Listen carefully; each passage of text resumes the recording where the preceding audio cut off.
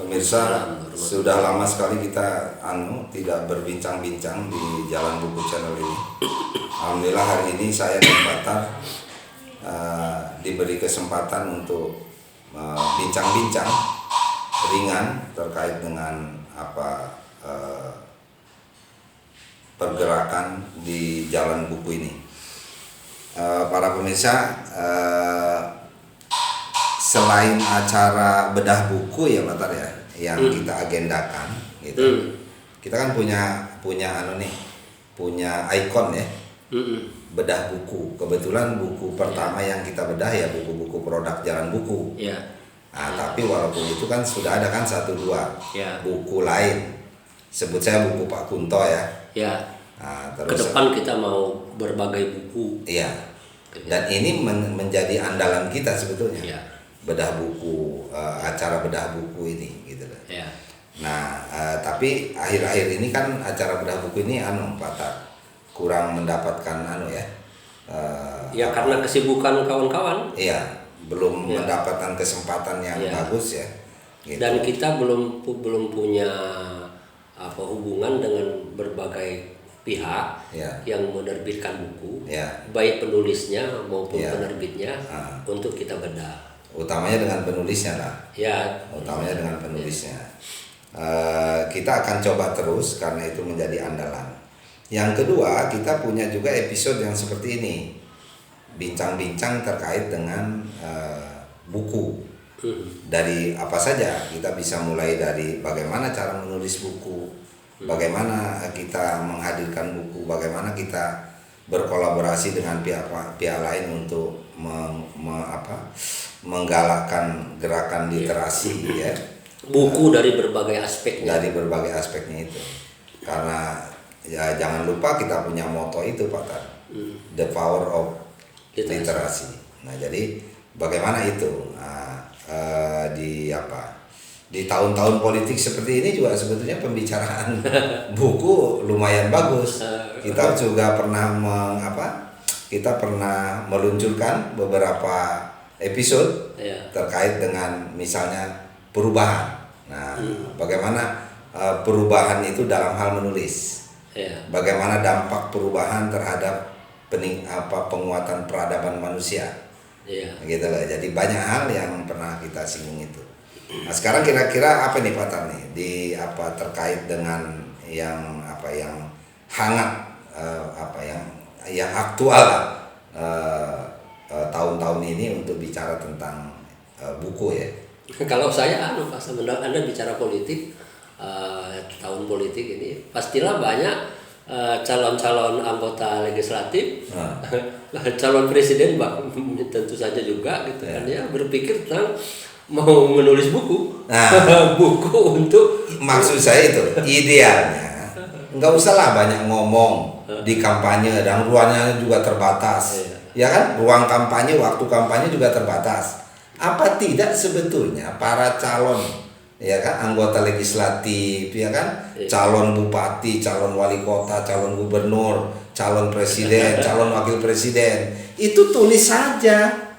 Anda bayangkan kalau satu calon anggota DPR menulis satu buku, akan ada berapa buku yang terbit pada saya tahun dengar kemarin di Depok saja udah 570-an ya. Buku. Bukan calon legislatif. Bayangkan itu satu wali kota ya. Gitu. Satu kota media punya calon 500 orang katakanlah gitu. Kalau saja masing-masing membuat satu buku, maka akan ada berapa itu? Jadi ini strategis sekali Pak Tar. Jadi kalau bisa kita bayangkan kalau budaya menulis itu Pak Tar sudah dibiasakan, maka kampanye yang paling efektif itu adalah menghadirkan buku Pak Tar. Gitu loh. Cuma ada persoalan kan pasal. Gimana? Mungkin semua calon anggota legislatif itu pengen punya buku, tapi dia nggak bisa menulisnya. Lah itu kan tadi di episode kita sebelumnya ya, atau barangkali juga di Grutas ya. Itu kan kita sudah bicarakan. Zaman sekarang ini bikin buku jangan bayangkan seperti dulu, ya kan? Ada persoalan teknologi, ada bukan persoalan, ada dukungan penuh dari teknologi. Gitu loh. Zaman kita kalau berpikir tentang menulis buku, itu ngambil kertas, ngambil pena, coret-coret, ditulis, begitu kan. Zaman sekarang kan nggak harus begitu. Nggak ada lagi. Pak Tar bisa dengan cara lisan begini berbicara, kemudian direkam, ya kan? Itu bisa jadi buku kan? Gitu. Jadi maksud saya strategisnya buku sekarang ini loh Pak Tar, menjelang di tahun politik ya.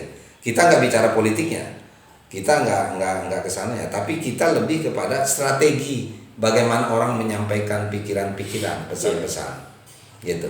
Apalagi yang ditulis itu Pak Tar, seperti di jalan buku. Jalan buku sudah memulai bahwa basis dari cerita itu adalah kehidupan seorang tokohnya. Gitu loh. Jadi tidak cari referensi yang banyak-banyak gitu loh. Jadi buku yang kawan-kawan sekalian, buku yang sudah kita terbitkan dari jalan buku itu kan sebetulnya adalah pengalaman hidup Pak Samsudin. Sebetulnya. Tapi sejak awal kita sadari untuk tidak membuat biografi, tidak membuat autobiografi. Nah, lalu bagaimana kita tuliskan? Nah, terjadilah seperti yang 3 buku yang sudah kita luncurkan. Gitu. Yang kita kategorikan sebagai buku inspiratif. Nah, jadi buku inspiratif maksudnya adalah kita ambil bagian-bagian, pecahan-pecahan dari pengalaman hidup seseorang itu, lalu kita sosialisasikan, kita publikasikan ke masyarakat. Mudah-mudahan itu menjadi sumber inspirasi untuk perbaikan, kemajuan oleh masing-masing kita. Untuk perubahan. Untuk perubahan ke depan. Perubahan yang lebih baik. Jadi perubahan itu bukan hanya dilakukan oleh satu kelompok atau aliran tertentu, enggak, kekuatan tertentu, enggak, itu oleh seluruh anak bangsa, seluruh komponen bangsa ini itu harus melakukan perubahan kalau ingin negara ini lebih maju kan. Maksud saya ini kan momentum. Kalau dulu kan, mohon maaf Pak Tar, model kampanye itu gini, ada ya walaupun itu juga cukup bagus tapi nggak menarik menurut saya. Ada seseorang calon anggota legislatif atau calon bupati, calon kepala daerah ya, itu membeli buku. Terus di belakangnya satu halaman itu Pak Tar dicoret-coret lah tentang ini hadiah dari bapak ini begini dalam rangka begini begitu ya. Ya masih promosi lah. Itu bagus karena itu juga mendistribusikan banyak karya kan, itu juga ikut serta membangun peradaban. Tapi itu kurang pas karena tidak multifungsi. Kalau ini kan maksudnya sambil dia menjelaskan apa pengalaman dia, apa yang dia pikirkan untuk bangsa dan negara ini, atau apa yang dia pikirkan untuk wilayah dia ini, daerah dia ini ke depan gitu loh. Pak Sam berarti menganjurkan agar para calon anggota legislatif itu bukan membuat buku tentang dirinya, lalu pilihlah saya, lengkap dengan foto-foto pengalaman dia pernah gunting pita di mana, gitu. Bukan jangan kampanye lah. itu kampanye. Nah, kalau ini tetap inspiratif. Nah, persoalan dia memilih yang bersangkutan itu lain soal. Iya kan? Jadi kampanye cerdas. Nah, itulah kampanye yang kita tingkatkan kualitasnya. Jadi bukan jual kecap istilah Pak Hasan itu misalnya. Jangan begitu yang dijual. Tapi coba bagaimana suka duka dia dalam hidup, kemudian dia punya pikiran untuk bagaimana membangun daerah, membangun wilayah yang dia pimpin nanti itu dengan ke arah yang lebih maju. Kalau begitu saya urut dulu ke belakang Pak Hasan. Teknisnya bagaimana kalau ada seseorang atau katakanlah calon anggota legislatif ingin menuliskan buku atau membuat buku inspiratif yang itu tidak jelas-jelas, tidak kentara benar itu sebagai kampanye. Betul. Jadi tentu saja ada pesan. Iyalah. Pesan yang mau dia sampaikan ke dalam buku itu. Inspirasinya itu kan, bagaimana menginspirasi? Teknisnya gimana itu Mas? Ya itu kalau soal teknis itu saya kira ya banyaklah kita bisa bicarakan. Pertama misalnya Pak Tar, kita ini kan gerakan The Power of Literasi itu antara lain juga menyajikan hal-hal seperti itu. Kita bersedia berkolaborasi dengan teman-teman yang berminat untuk melakukan penyusunan buku, editing buku, ya kan, penulisan buku, distribusi buku dan lain sebagainya. Itu bisa salah satu gitu ya. Tapi kalau kembali ke yang umum artinya tidak melibatkan jalan buku, itu juga bisa. Ya kan? Itu dengan cara dukungan teknologi tadi. Ya, artinya para calon anggota legislatif itu kan bisa menghubungi pihak tertentu, ya, atau cari anak muda di kampus, gitu kan? Pasti banyak anak muda di kampus yang pinter menulis, pinter teknologi informasi, gitu kan ya. Jadi dia tidak harus menulis, dia sendiri yang mengetik atau menulis, gitu. Betul, kan ya. Iya, itu yang. Jadi kalau kita pakai jasa misalnya bagaimana ada seorang penulis atau juga ahli komputer tadi ya, kan dengan menggunakan teknologi komputer dengan aplikasi tertentu dia bisa bikin buku itu. Kan begitu. Tapi tetap dong disentuh oleh yang bersangkutan. Misalnya ketika editing, ya kan? Karena penanggung jawab materinya kan tetap dia. Bukan tim, gitu kan? Oh iya, maksudnya begini barangkali Pak Sam. Kawan-kawan sekalian, jangan lupa semua kita mungkin pasti tahu yang namanya Word. Software aplikasi Windows atau Microsoft Office yang digunakan untuk menulis teks, mengetik teks, gitu kan ya. Kalau kita bikin surat, bikin makalah, itu kan menggunakan Word. Ketik gitu di keyboard. Word bahkan bisa mengetik sendiri. Kita cukup bicara. Kita bicara apa saja yang ingin kita katakan, lalu yang menuliskannya itu, komputer. Yang ngetiknya itu komputer. Menggunakan aplikasi Microsoft Office itu tadi, Word khususnya dalam hal ini. Nah, tapi memang harus diedit. Ya. Harus edit. Edit sekaligus juga dipertanggungjawabkan oleh kita sebagai pemilik, bukan tim, bukannya yang ahli komputer, bukan, apalagi komputer nggak bertanggung jawab ya.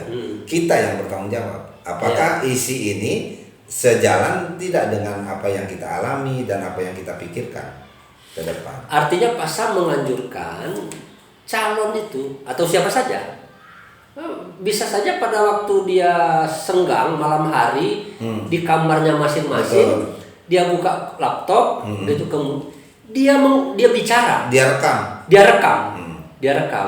Nanti yang akan menuliskan komputernya itu sendiri dengan editor. Nah, lalu nanti ada editor yang akan menyelesaikannya. Jadi dia murni tulisan dia, sebetulnya murni tulisan dia karena dia bisa lakukan dan itu bisa dicicil kan. Betul, bisa dicicil. Malam minggu sekarang dia lakukan setengah jam nanti malam minggu besoknya lagi setengah jam lagi, gitu kan ya. Ya, kenapa ini begini Pak Tar? Sebagai orang jalan buku, gitu kan ya. Ini kan gerakan literasi juga. Ini kan gerakan literasi yang luar biasa. Jadi pesta demokrasi, pesta rakyat itu tidak hanya untuk memilih pimpinannya, untuk segala, tapi pesta untuk membangun peradaban, Pak Tar. Iya.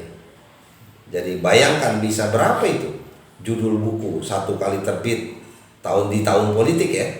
Itu bisa berapa itu? Bisa ratusan ribu buku, judul buku gitu lah hadir gitu. Dan itu dari penulis-penulis yang bukan penulis profesional gitu loh. Meskipun secara kualitas dia nggak kaleng-kaleng gitu Pak. Iya. Bayangkan para calon anggota legislatif itu ya. Sebut aja lah dari atas, calon presiden nulis, calon wakil presiden nulis, ya kan? Calon anggota DPRD pusat, ya gitu kan ya. Calon anggota DPD, anggota DPD, ya kan? Dan mereka itu sudah sekolah tinggi kan? Oh iya. Pendidikan perguruan tinggi, bahkan perguruan tinggi luar negeri, gelar akademiknya doktor, gitu kan ya. Macam-macam pasti luar artinya biasa. kualitas pemikirannya mestinya gitu kan ya. Istilah anak sekarang tuh nggak kaleng-kaleng gitu. Iya, pasti. Luar biasa ya. Jadi ini yang saya yang saya kagum itu nanti coba bayangkan setiap tahun politik ada sekian bahkan mungkin juta judul buku kalau dikumpul dari tingkat atas sampai ke daerah itu. DPRD tingkat 2 itu kan banyak sekali Pak. Iya. Berapa ratus itu kabupaten kota itu. Itu kan sekitar 600 lebih kan sekarang. Itu. Nah, itu luar biasa Pak. Itu ya, kalau kita karena sebagai orang jalan buku kita akan melihat bagaimana gerakan literasi itu meledak begitu ya dengan kekuatan yang luar biasa pada tahun politik. Nah, yang kedua yang kita lihat itu adalah dampak akademiknya. Tadi yang Anda bilang penulisnya saja udah sekolahnya di mana-mana segala macam. Hebat-hebat, bukan kaleng-kaleng gitu kan. Budaya bacanya itu. Iya. Jadi orang tidak hanya mendengar kampanye dari calon anggota legislatif ya, ataupun anggota legislatif terutama dan kepala daerah. Itu kan Pak Tar, bisa membaca, gerakan membaca itu. Bayangkan satu rumah nanti bisa dapat sekian buku. Kan baca yang ini gimana? Kan gitu kan? Iya. Nah, jadi akan terjadi lalu lintas ini loh pertukaran buku dan lain sebagainya gitu. Iya. Mungkin ada orang yang berpikir kan tidak akan semua mereka yang memperoleh buku itu membaca. Ya. Tapi kita anggap saja kita itu pakai persentase. Ya. Dari 150 juta umpamanya pemilih di Indonesia. Itu 10% aja. 10%. 15 juta orang baca. 15 juta orang membaca. Pada menjelang tahun 2024 ini sibuk membaca. Gitu. Ya itu memang luar biasa. Bayangkan di tahun 2000 berapa nanti? 29. Akan terjadi apa nih gara-gara yang 15 juta membaca ini? Artinya Pak Sam menggambarkan kalau masing-masing calon anggota legislatif gitu kan ya. Calon anggota kepala daerah menyampaikan pemikirannya kepada masyarakat melalui buku. Lalu dalam jangka waktu sekian tahun mereka mencicil membaca, berarti para calon anggota legislatif itu sudah ikut serta mencerdaskan bangsa. Ya, secara sangat sederhana sebetulnya. Iya. Dan itu Amerika aja belum pernah. Ya, Amerika belum pernah, tapi memang semangat membaca orang Amerika pasti tinggi. Lebih tinggi dari kita. Pasti tinggi. Ya. Tapi maksud saya gagasan itu belum ada. Iya. Nggak ada. Ya kampanye itu ya lisan tadi. Jadi kita kembali lagi tadi kepada ayat-ayat yang disuruh baca dalam Al-Quran. Ternyata bukan hanya mushaf, bukan hanya teks yang harus dibaca, tapi non teks, gitu loh. Ada ayat-ayat kauniyah gitu loh, yang harus dibaca. Nah ini kan luar biasa ini kalau sampai berhasil. Ya, gitu. Artinya kawan-kawan sekalian, misi Jalan Buku Channel untuk menganjurkan kita semua membaca itu tidak secara sempit harus membaca teks. Tidak harus secara sempit kita membaca mushaf. Tetapi membaca konteks, lingkungan, fenomena alam. Kalau pakai agama Islam, membaca ayat-ayat Allah di lingkungan kita yang di mana-mana itu ayat Allah. Membaca tanda-tanda zaman. Tanda-tanda zaman. Katakanlah waktu ini zaman politik, mau pemilu, gitu kan, mau pilpres. Itu kita tidak boleh nonton saja. Kita harus membaca. Ini fenomena apa? Itu apa yang sedang terjadi dengan kontestasi para calon presiden, umpamanya. Kita tidak boleh hanya melihat calon presiden itu ada 3 orang. Enggak sekadar itu. Masing-masing ini 3 orang ini siapa? Apa pikirannya? bagaimana dia nanti membawa bangsa Indonesia ini menjadi bangsa yang lebih maju. Mau kemana? Mau kemana? Jadi ini termasuk dalam hal membaca, ya Pak Sam ya? Iya betul. Membaca ayat Allah. Ayat Allah. Membaca tanda-tanda alam. Zaman. Tanda zaman. Menarik sekali. Jadi sekali lagi, the power of literasi itu pertama menganjurkan kita untuk membaca dan membaca itu membaca dalam artian luas sebetulnya gitu kan ya. Tetapi kita bisa mempersempit persoalannya, membaca buku yang sudah diterbitkan di mana Pak Sam sebagai penulisnya gitu kan ya. Tapi bukan sekadar baca buku Pak Sam itu, pesan yang ada di dalamnya apa? Inspirasi yang ada di dalamnya. Kaitannya dengan lingkungan kehidupan. Kalau Pak Sam menuliskannya kaitan dengan lingkungan kehidupan Pak Samsudin masa kecil umpamanya di kampung di Kuningan umpamanya. Ada nggak perbedaan atau persamaan dengan lingkungan saya masa kecil saya di Sumatera umpamanya? Kawan-kawan lain juga begitu.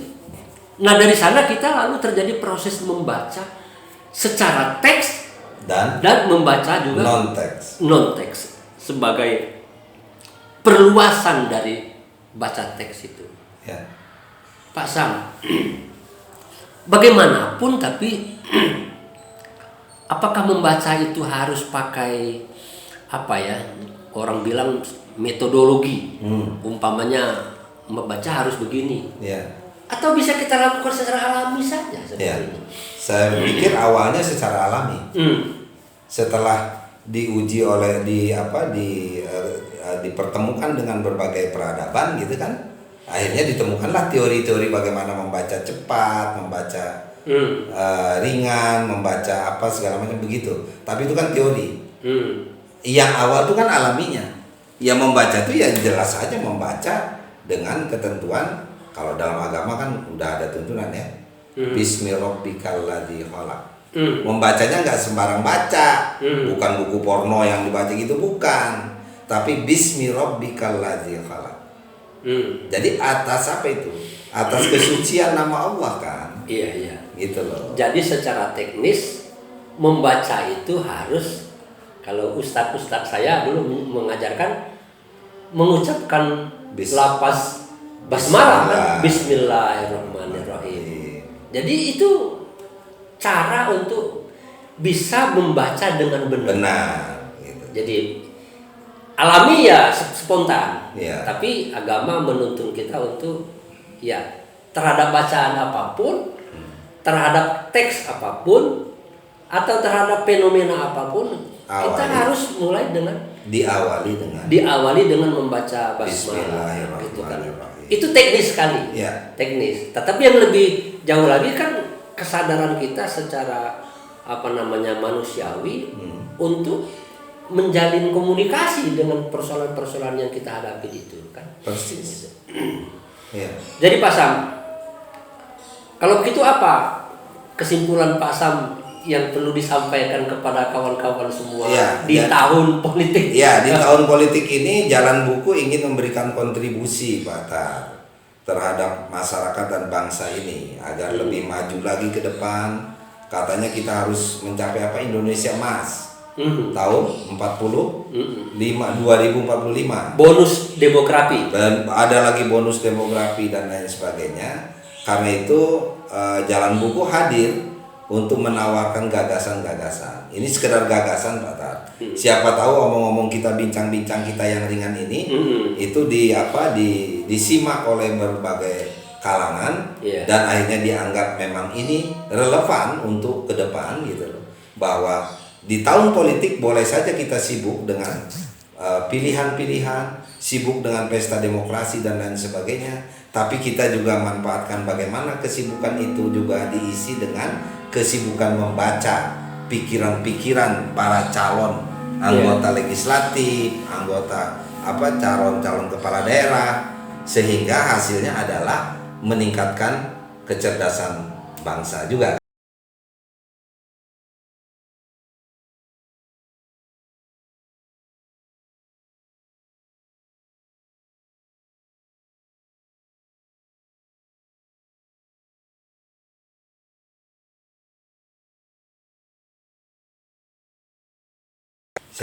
Kalau begitu Pak Sam, obrolan kita seperti ini perlu kita lanjutkan lagi nanti. Oh iya. Ini kan terbatas sekali. Iya, ini awal ya. Ini pengantar ini. Pengantar.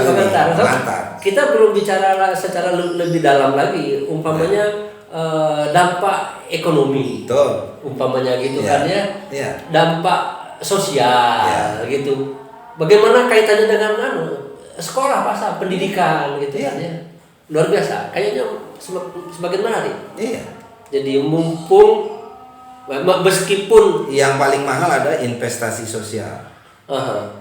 Apa coba? Itu teman-teman yang tadi direkrut untuk bagaimana mengedit, menulis, mahasiswa-mahasiswa yang direkrut oleh para calon ini, itu kan investasi sosial. Pak Sam, saya membayangkan kalau satu orang calon anggota legislatif merekrut 5 orang saja tenaga anak muda. Betul. Satu yang bisa mengedit. Iya. Satunya lagi untuk merekam secara teknologi kan ya. Iya. Satu lagi untuk melihat kontennya. Iya. Gitu kan. Satunya lagi melihat pemaketan, pengemasannya. Iya. Karena kan calon anggota DPR belum lagi satu lagi yang mensurvei bagaimana dampak setelah buku ini dibagikan. Direspon tidak? Kan, ya? Nah gitu. Kenapa tidak direspon atau kenapa direspon? Itu jadi pengetahuan baru. Iya. Jadi kalau masing-masing calon anggota legislatif merekrut 5 orang anak muda saja, berarti akan terjadi 5 kali berapa jumlah anggota legislatif, calon anggota legislatif dan calon pimpinan kepala daerah. Itu sebuah gerakan sosial yang luar biasa. Luar biasa. Jadi bukan hanya bukan hanya gerakan literasi ini, tapi juga ekonomi, sosial, ya kan, budaya, ya kan, itu semua punya dampak positif, Pak. Pak Sam, kalau jalan buku diminta begitu gimana? Oh itu welcome kita. Ahlan wa sahlan kalau. Artinya kita juga membuka pintu. Iyalah. Kalau ada yang mau dibantu kita bisa membantu. Masih ada waktu. Dari segi waktu masih aman. Iya, apalagi kepala daerah itu walaupun dimajukan itu kan bulan September. Iya. Kepala daerah. Iya. Artinya gubernur, wakil gubernur, bupati, wakil bupati, wali kota itu kan di bulan Septemberan. Tapi kalau legislatif itu kan April ya? Bulan April kan. Nah gitu. Jadi masih keburu. Oke, Pak Sam. Iya. Luar biasa ini. Proses sekarang ini. Ya, makasih Pak Tar. Jadi ini kesempatan yang bagus sekali, momentum ya. Momentum yang bagus sekali untuk kita sebagai warga bangsa itu bagaimana terus meningkatkan peradaban gitu. Nah, jadi sambil kita menikmati pesta demokrasi, kita juga menikmati pesta peningkatan peradaban kita. Jadi arah perubahan ke depan itu semakin jelas. Jadi perubahan kita itu mau kemana? Mau kepada yang lebih baik, yang lebih berkualitas lagi, sehingga semua amanat para pendiri bangsa ini, pendiri negara ini, ya mudah-mudahan segera terwujud. Gitu. Terima kasih. Sampai jumpa di pertemuan yang lain. Billahi taufiq wal hidayah. Wassalamualaikum warahmatullahi wabarakatuh. Waalaikumsalam warahmatullahi wabarakatuh.